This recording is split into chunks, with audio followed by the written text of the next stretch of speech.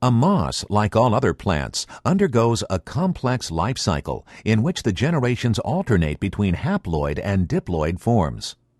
The most familiar form of the moss is the leafy haploid form, called the gametophyte.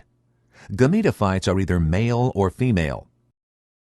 The male gametophyte produces male gametes, sperm, inside reproductive structures called antheridia.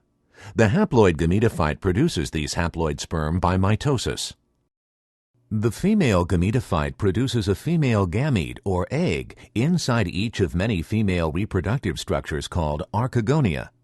Like the sperm, the eggs are haploid and are produced by mitosis. The sexual reproduction of a moss requires water, which is one reason mosses are typically found in moist environments. Sperm cells require water for transport to egg cells. Once in the vicinity of an egg, a sperm cell swims to the egg and fertilizes the egg by fusing with it.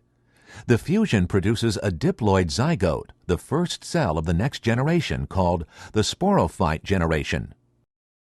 The zygote divides by mitosis and grows into a multicellular sporophyte. During the life of the sporophyte, it remains attached to the gametophyte and depends on the gametophyte for water and nutrients.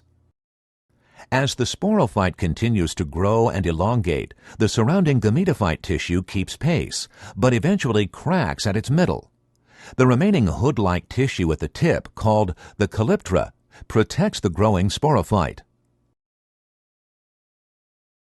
Underneath the calyptra grows a sporangium filled with thousands of spores. The spores are haploid and are produced when diploid cells of the sporophyte undergo meiosis.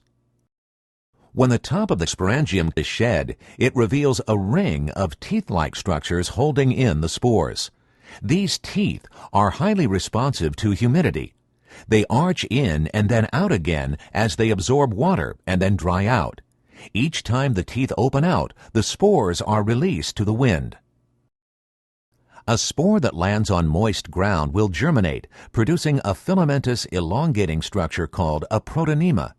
This protonema gives rise to buds, which in turn develop into the next haploid gametophyte generation. The gametophytes in this generation will mate and continue the alternation of generations.